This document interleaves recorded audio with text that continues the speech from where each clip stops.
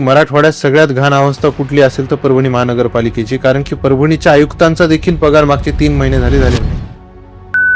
आता तू तुझ्या प्रभागासाठी काय काय काम करणार? मला एक चांगलं विजन आहे माझ्या प्रभागाबद्दल. तुझं जेव्हा ठरलं होतं की म्हणजे मला आता महापालिकेच्या निवडणुकीला सामोरं जायचंय, तेव्हा भाजपातूनच सामोरं जायचंय हे तुझं संघामुळे ठरलेलं होतं की नाही तुला भाजपातच राहायचं होतं, असं काही होतं?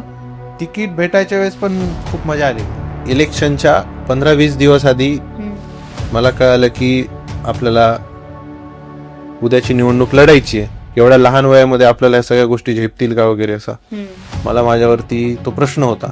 सगळ्यांनी मग पॉझिटिव्हली त्याच्यावर रिप्लाय केला आणि मग त्यांना हो सांगितलं. सगळ्यात पहिलं तिकीट परभणी महानगरपालिकेचं मला भेटलं आणि त्यांनी मला रात्री उशिरा स्वतः पेपरमध्ये बांधून तिकीट दिलं. मला पण निवडून आणण्यामध्ये खारीचा आणि सिंहाचा वाटा तिकीट देण्यापासून कोणाचा असेल तर आमच्या पालकमंत्री बहिणा दिदी बोर्डीकर यांचा आहे. म्हणून मी त्यांना माझी आई मानतो. वडिलांना फार आनंद झाला असता माझ्या ते जर आज असले असते तर. ते माझं खूप मोठं इन्स्पिरेशन आहे, कारण की त्यांनीच मला शिकवल्या त्या सगळ्या गोष्टी.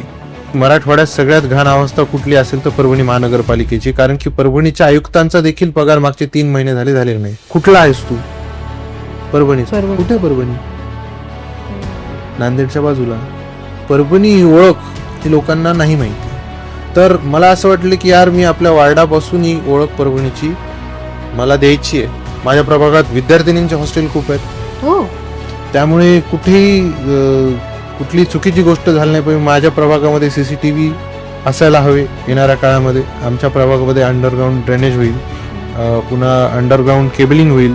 जी वायर केबल पोलवरून गेलेत ते अंडरग्राऊंड जातील. परभणीमध्ये खूप मोठे मोठे नाट्य सभागृह होते, पण आज दुर्दैव असं आहे की परभणीत एकही नाट्य सभागृह नाही.